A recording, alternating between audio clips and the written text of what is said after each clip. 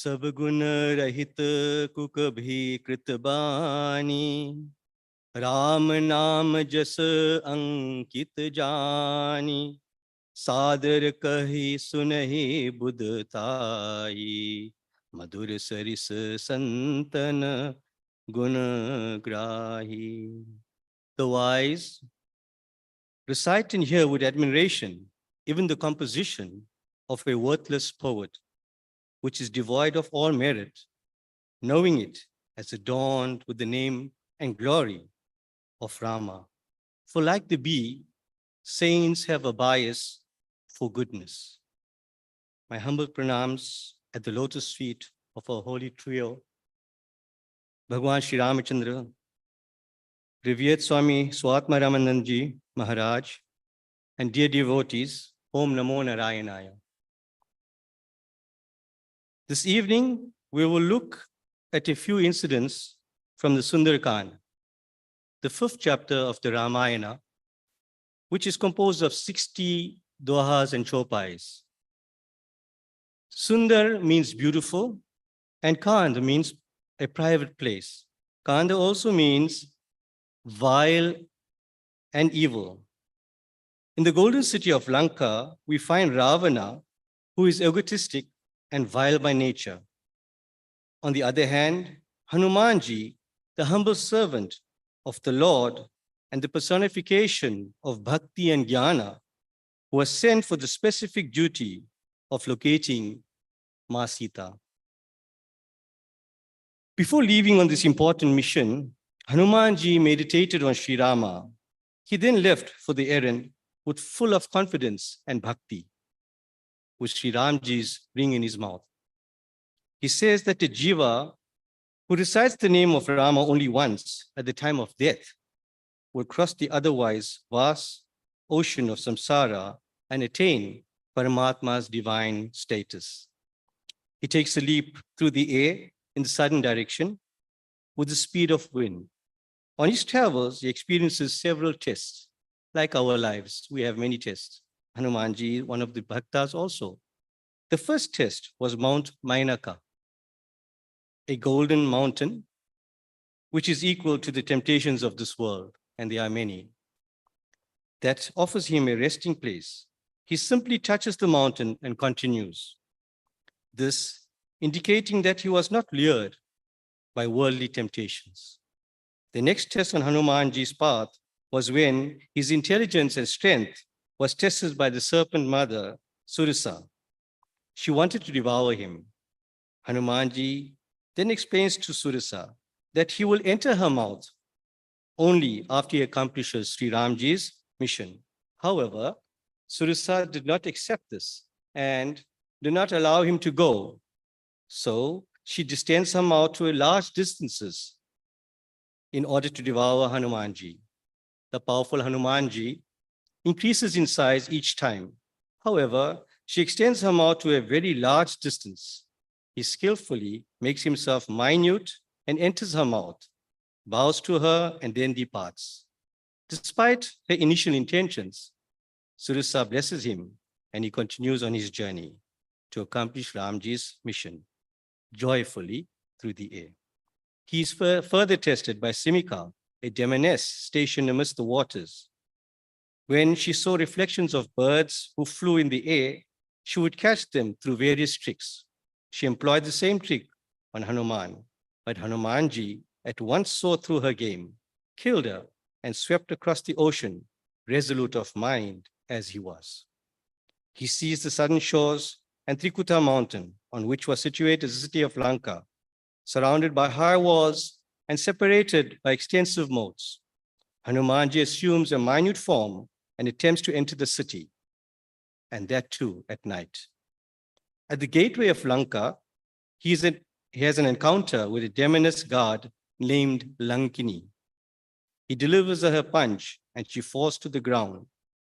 After recovering herself, with joined palms, she relates to him the Brahma boons granted to Ravana. Here, Brahma also furnishes her with a clue that when she is discomforted by a blow from a Vanara, know that the end of the demon race is near. She says to Hanumanji, Tatamor ati punya bahuta, dekahu nayan ram kar duta. I must have earned very great merit, dear Hanumanji, that I have been blessed with the sight of Rama's own messenger. She affords him entrance into Lanka. He meets Vibhishana, the younger brother of Ravana, a devotee of Sri Rama. Vibhishana informs Hanumanji about Mother Sita's condition and directs him to her location. I don't think Google Maps were available those days. So Hanuman gets direction from Vibhishana. At the Ashoka Grove, perched on the tree, he makes mental prostrations to Mother Sita, who was squatting under the Simshapa tree, doing japa on Sri Ramji. While pondering as to how he should approach Mother, Ravana enters and tries many methods to entice Mother. Mother, Sita that is, interposing a blade of grass between herself and Ravana, belittles him and glorifies her Lord. Angered, he advances to cut off a head when Queen Mandodari intervenes and pacifies him with words of good counsel. See, the place of the spouse is very important in one's life. What kind of counsel? She could have easily said, take a head. See, Mandodari, take Sita's head, because she was, her position was at stake. See? But she gives him good counsel. He leaves after ordering the demonesses to intimidate Mother in every possible way. And if she still does not accept his offer of being his queen after a month, he will have her for breakfast. Feeling hopeless, Mother addresses the tree she was seated under to take away her sorrows. Ashoka actually means sorrowless. So she was in this Ashoka van. At this point, Hanumanji dropped the signet ring. She jumps up with joy, as if though the tree had answered her prayer. Hanumanji composes her and delivers Sri Rama's message to her. She blesses Hanumanji, who then destroys the Ashoka grove, in this way ensuring a confrontation with Ravana. After destroying many Rakshasa gods at the grove and killing Akshaya, that is Ravana's youngest son, Ravana dispatches his other son, Meghnad, also known as Indrajit. Indrajit because he destroyed Indra in battle. See, that's how powerful Meghnad was. A fierce battle ensues between them. After being rendered unconscious at a point, Meghnad produces the Brahma Astra. Out of respect for Brahma's weapon, Hanumanji allows himself to be bound and taken to Ravana's court. Here, Hanumanji thinks to himself, this is Brahma's weapon, own weapon. If I do not show respect to Brahma's weapon, the whole world will not respect Lord Brahma as well. So out of respect, he allows himself to be bound and taken to this Ravana's court. Here he gives Ravana a great sermon on the philosophy of Atman, means of salvation, conduct of righteousness, and about surrendering at the feet of Sri Rama. Ravana finds this offensive, calls for his execution. Just then, Vibhishana intervenes and states that it is against all statecraft an envoy must not be killed. So I'm sure Ravana knew this because he was the head of Lanka. But you see, this is what anger does. See, it clouds our thought, see, our thoughts, a way of thinking. So, however, he says that you may not kill him, but he may be punished in some other way. It is decided by Ravana to set Hanumanji's tail alight. After exhausting all the ghee, oil, and rags of Lanka, Hanumanji, by his play with the Rakshasas, sets Lanka alight. So think before we act, always, what's going to be the consequences of our actions. He then leaps into the ocean, quenches his tail, and relieves his fatigue. He assumes a diminutive form, this showing his humility and reverence, and stands before Mother Sita with joined palms and asks for a token to be taken back to Sri Rama. She presents him with a Chudamani.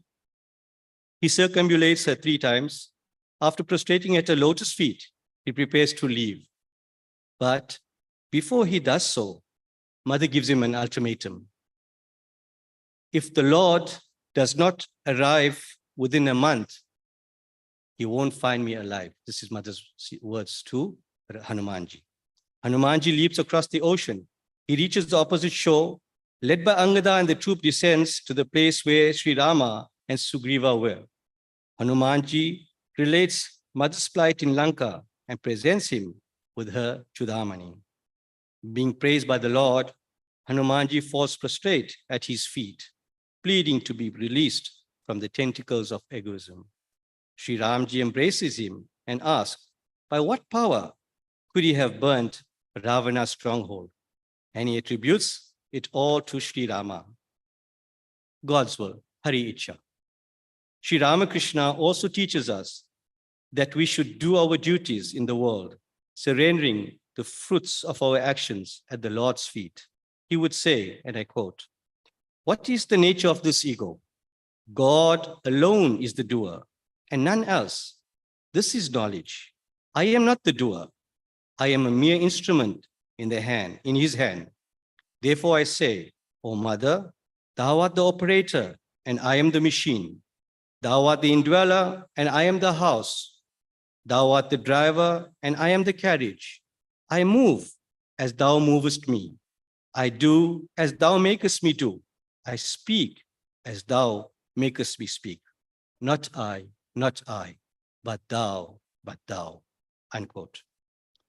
Sri Rama summons Sugriva to prepare for the march. When Queen Mandodari noticed the uneasiness of the citizens, she further counsels Ravana.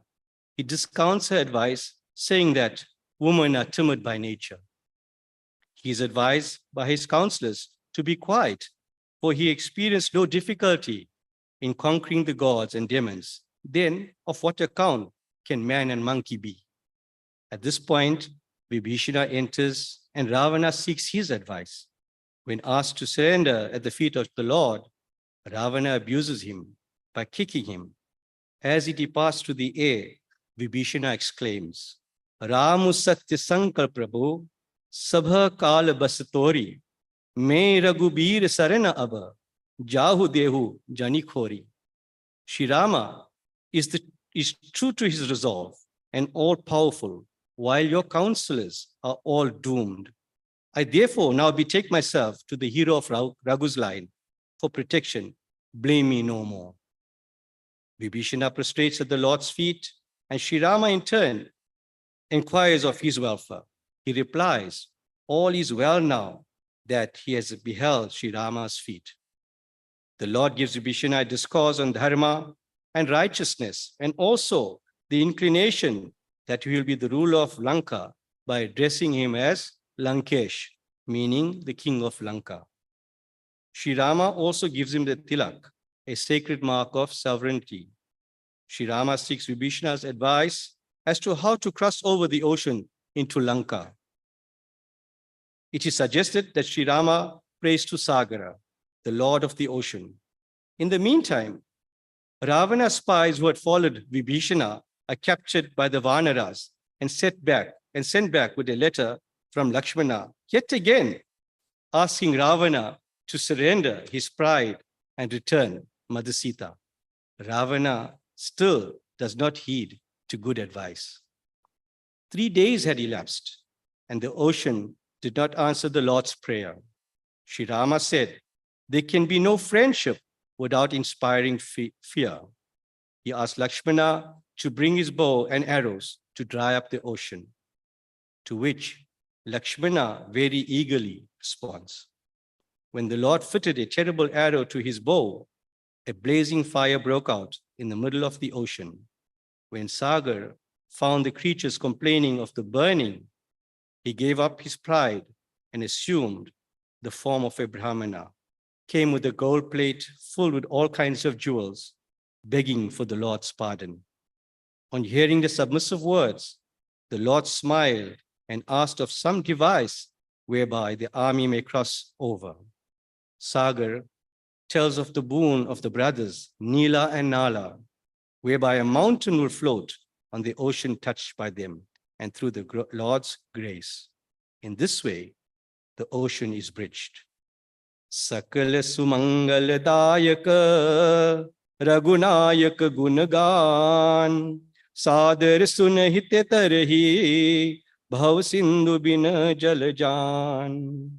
A recital of the virtues of Sri Rama bestows all blessings. Those who reverently hear them cross the ocean of mundane existence without any bark. Jai Shri Hanuman. Shri Ramakrishna Arpanamastu.